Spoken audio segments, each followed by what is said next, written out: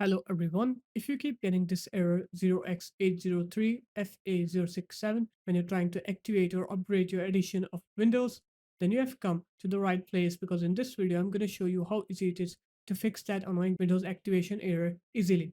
First off, what you're going to do is you're going to open up the start menu. You're going to write here Windows activation, click on to change product key on here, go into upgrade your edition of Windows, click on to change product key and put in your key here and then click next on here and check if that activates your Windows. If it does, then you're good to go. But if it didn't, then what you're going to do is you're going to open up the start menu again. You're going to write command, right click on it, click run as administrator, click yes on here.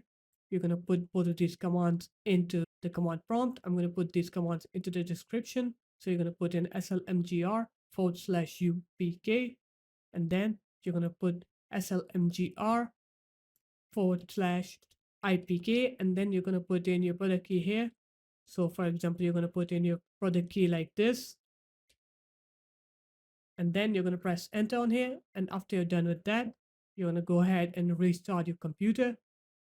And once you're done with the restart, then you'll see that your Windows will have been activated. You can check it by opening up the start menu, writing activation settings on here, and it should say activation state active like this. So there it is, guys. That was how easy it was to fix that Windows activation error. If you guys found this video helpful, make sure to leave a like, comment, and subscribe to the channel. And I'll see you in my next video. Peace.